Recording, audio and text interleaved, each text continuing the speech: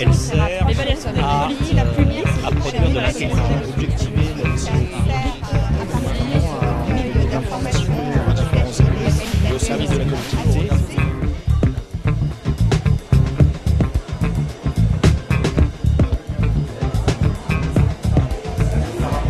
Pour moi, l'évaluation des politiques publiques, ça sert à revérifier en permanence leur pertinence, leur adaptation et leur efficacité au regard des objectifs politiques et sociaux qu'on s'est fixés. L'évaluation des politiques publiques sert à partir du recueil d'informations quantitatives et qualitatives à se poser 3 types de questions. Qu'est-ce qu'on a fait? Est-ce qu'on l'a bien fait? Et comment on peut l'améliorer? L'évaluation est une occasion pour échanger des informations, pour interagir sur des questions, sur des problématiques et finalement faire émerger de nouvelles visions de l'action publique. Faire émerger une culture commune partagée entre citoyens, élus et techniciens sur un sujet au sens large. Ça suppose de respecter les personnes, de travailler avec elles en bonne intelligence et en confiance, ce qui est tout le contraire du contrôle-sanction. Pour nous, les élus, c'est une ressource importante, qui nous permet un petit peu de nous recentrer sur nos politiques.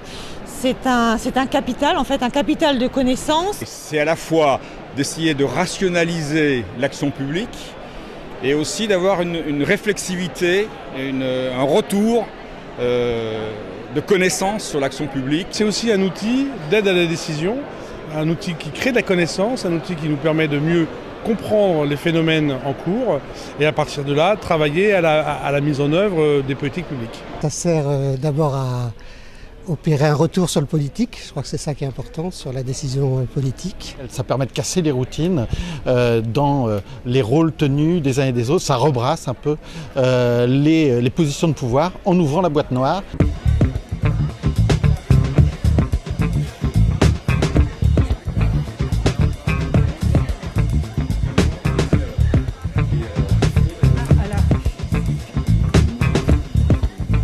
On va construire un consensus autour des différents points de vue pour faire en sorte que l'ensemble des points de vue qui se sont exprimés puissent se retrouver dans les décisions, tout en sachant que quand on a certains points de vue qui ne s'y retrouvent pas, on sait pourquoi ils ne s'y retrouvent pas et de fait on peut éclairer le politique en disant voilà, on a fait ce choix-là pour ça et pas ce choix-là et on peut argumenter les choix qu'on a faits. Les apports de l'évaluation pour l'aide à la décision locale, ce qu'on peut peut-être dire, c'est que le temps qui est donné par l'évaluation, c'est un temps un petit peu à côté, un temps où on prend le temps justement de mûrir ensemble, collectivement, des questions, des problématiques, des analyses, des changements de société et du coup ça permet à tous les acteurs de cette politique publique, les décideurs et les citoyens de prendre un peu plus conscience des changements qui sont nécessaires pour l'action publique. Voilà.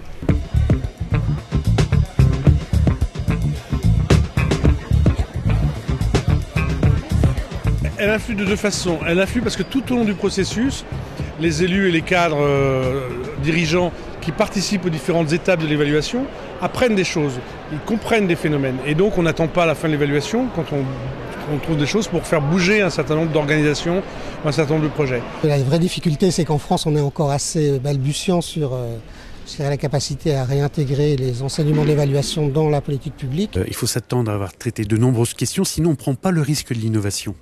On ne prend pas le risque de l'innovation. Or, ce qui est intéressant dans les temps de débat, c'est que justement, on dépasse les a priori des techniciens ou des élus sur ces questions-là. Il y a un retour assez intéressant sur la conception même de la politique. C'est-à-dire qu'il y a toute une séquence assez classique de la conception, de la mise en œuvre et de l'évaluation.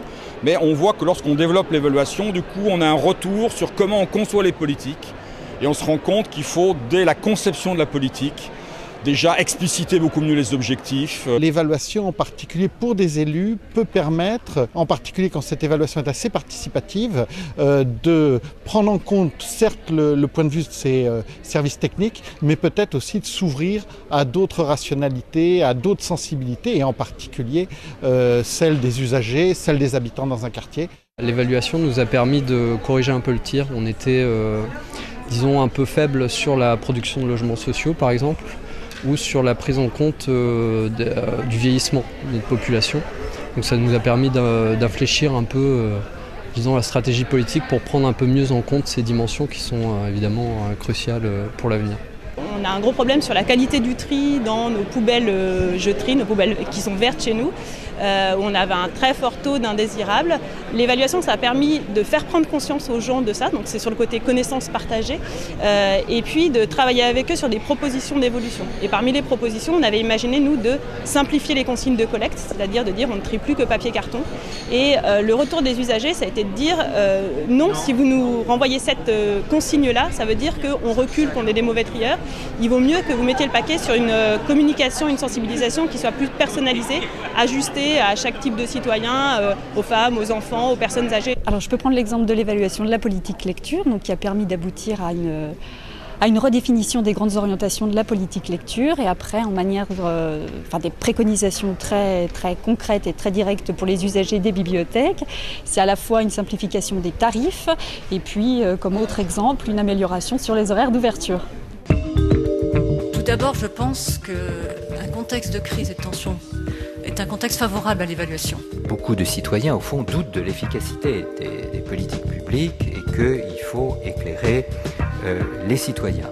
Donc, a priori, il y a effectivement un boulevard. Chacun des niveaux a son propre processus de gestion, a ses outils de gestion et a ses outils, méthodologies d'évaluation différentes selon le niveau. Pour nous, cette évaluation au sein de l'exécutif est vraiment légitime, mais elle est également indispensable. L'évaluation aujourd'hui n'est pas assez visible auprès des élus, des décideurs et aussi auprès du grand public. Je ne sais pas s'il faut aller jusqu'à dire qu'il nous faudrait une sorte de Grenelle de l'évaluation, mais il faudra certainement mettre tout le monde autour de la table.